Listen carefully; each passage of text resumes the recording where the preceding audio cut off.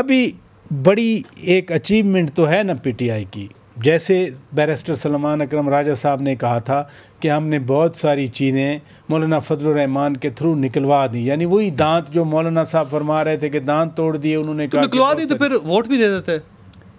कोई अजीब सी ये बेसिकली रोंचू ग्रुप है। रोंचू ग्रुप ये है कि आप पहले एक प्रेस कॉन्फ्रेंस करते हैं, फिर दरमियान में दूसरी प्रेस कॉन्फ्रेंस कर देते हैं, फिर तीसरी कर देते हैं और सबको कंफ्यूज कर देते हैं कि इन तीनों में कौन सी चीज थी। टैक्टिक्स तो है ना, मसलन पहले पार्लियामानी कमेटी में बैठे, एग्जैक्टली, फिर उससे निकल गए, उसमें 10 जो उनकी मीटिंग थी उसके अंदर बैठे, तजावीज़ देते रहे, लड़ते रहे, शोर करते रहे, बातें बनवाते रहे और बाहर में कहा कि कामयाबी है ना पीटीआई, कामयाबी हो गई।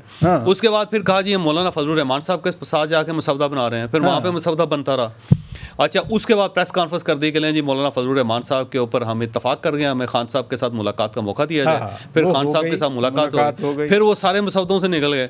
वो जो सांप के टूटे हुए दांत थे, इवन चीफ जस्टिस फिर 12 रुकनी कमेटी बनी, उसमें 3 नाम भी दे दिए, फिर आए नहीं, उसमें बाइकआउट कर दिया। तो ये रोंजू ग्रुप है ना जी। नहीं, लेकिन एक बात तो है ना, एक तो आप तस्लीम करें कि वो कमेटी में जाते रहे, मैं खुसूसी कमेटी की बात कर रहा हूँ जिसमें तजावीज़ आ रही थी, यानी अगर मिलिट्री कोर्ट्स वाली बात वो निकलवाने में कामयाब हुए तो ये तो पीटीआई की कामयाबी है कि उनके बानी चेयरमैन मिलिट्री कोर्ट ट्रायल से नहीं गुजर रहे अभी, वरना तो अगर ये ना करते ऐसा तो मिलिट्री कोर्ट्स वाला वो जो आप पहला दांत कह रहे हैं वो तो मौजूद होता।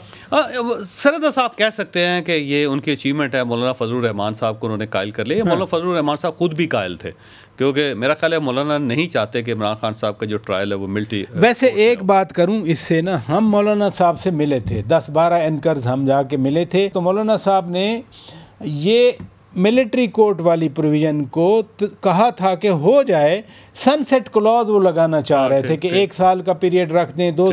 और किसी ने सवाल किया कि 9 मई के लोग मुजरमान जो हैं वो भी ट्रायल हों, तो उन्होंने कहा वो तो बनी इसीलिए होगी। तो मौलाना साहब कहीं ना कहीं राज़ी थे। नहीं, वो 26 तरामीम जो थी उसके अंदर थी, 26वीं तरामीम के अंदर 26 तरामीम थी, उसके अंदर ये थी 4 वो निकाली गई थी पाकिस्तान तहरीक इंसाफ और मौलाना फजलुर रहमान साहब के आखिरी डायलॉग पे, और पाकिस्तान पीपल्स पार्टी भी मान गई थी उस पर, क्योंकि बिलावल भुट्टो साहब भी नहीं चाहते कि मिलिट्री कोर्ट्स बने, क्योंकि पाकिस्तान पीपल्स पार्टी की स्टैंडिंग उनकी एक ख्याल है उनका कि इस किस्म की जो कोर्ट्स हैं उनका कोई फ़ायदा नहीं है और नुकसान होता है हमेशा, क्योंकि पाकिस्तान पीपल्स पार्टी के ख़िलाफ़ मिलिट्री कोर्ट्स ने बड़े बड़े फ़ैसले किए थे, तो वो नहीं चाहते कि वो, तो उस पर बिलावल भुट्टो साहब बड़ी आसानी से मान गए। लेकिन अब जो 27वीं तरमीम आएगी उसमें कैसे रोकेंगे आप? चलें वो तो जब आएगी।